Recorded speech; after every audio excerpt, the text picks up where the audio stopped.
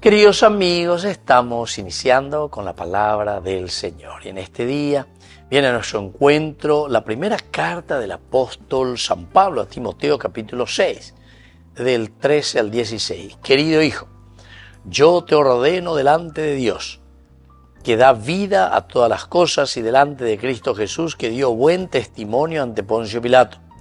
Observa lo que está prescrito, manteniéndote sin mancha irreprensible hasta la manifestación de nuestro Señor Jesucristo. Manifestación que hará aparecer a su debido tiempo el bienaventurado y único soberano, el Rey de los reyes y Señor de los señores, el único que posee la inmortalidad y habita en una luz inaccesible, a quien ningún hombre vio ni puede ver. A Él sea el honor y el poder para siempre. Amén. Queridos amigos, qué lindo que es esto, ¿verdad? Donde encontramos a un Pablo que le está estimulando a Lleva.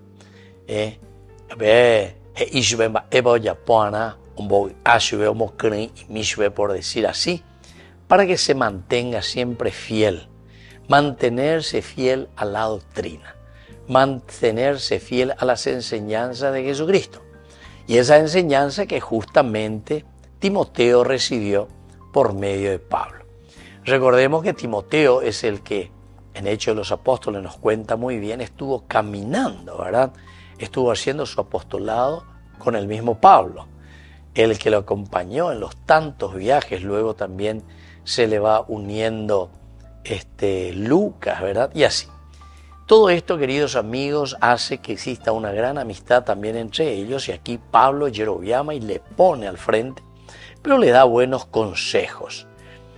Y sobre todo porque el tiempo presente en que estamos viviendo, en la espera de la segunda venida de Jesucristo, porque siempre esa es la esperanza, es tiempo de pruebas y tentaciones. Y ante esas pruebas y tentaciones, entonces Pablo le está diciendo, dale,